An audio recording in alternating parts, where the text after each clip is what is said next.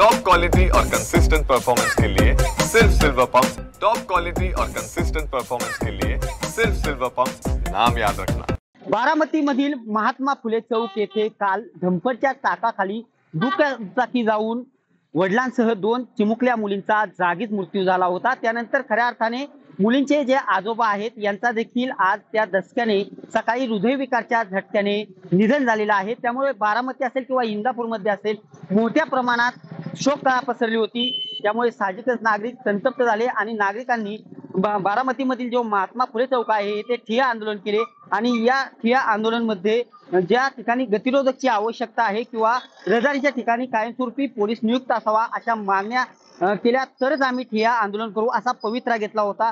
साहजिकच प्रशासन देखील प्रशासनाच्या वतीने ज्या अधिकारी आहेत या चौकामध्ये दाखल झाले आणि ज्या नागरिकांच्या मागण्या आहेत गतिरोधक लवकरात लवकर बसवावा आणि रहदारीच्या ठिकाणी पोलीस नियुक्त करावा ह्या मागण्या प्रशासनाच्या वतीने मान्य करण्यात आल्या। खऱ्या अर्थाने जो महात्मा फुले चौक आहे येथे गतिरोधक बसवण्याचं काम देखील चालू झालेलं आहे। सकाळी मोठ्या प्रमाणात बारामतीमधील नागरिकांनी संतप्त नागरिकांनी आंदोलन केलं होतं आणि त्यानंतर हे काम सुरू देखील करण्यात आलेलं आहे।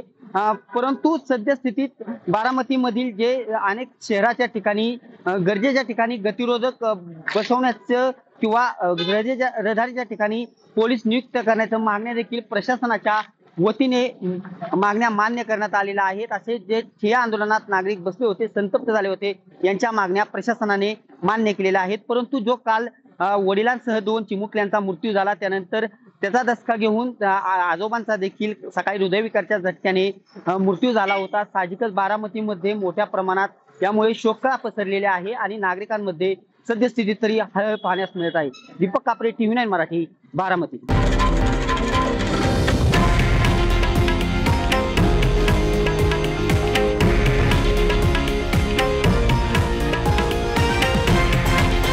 हे आहे देशातील नंबर 1 न्यूज नेटवर्क आणि आपण पाहत आहात TV9 मराठी, एकमेव।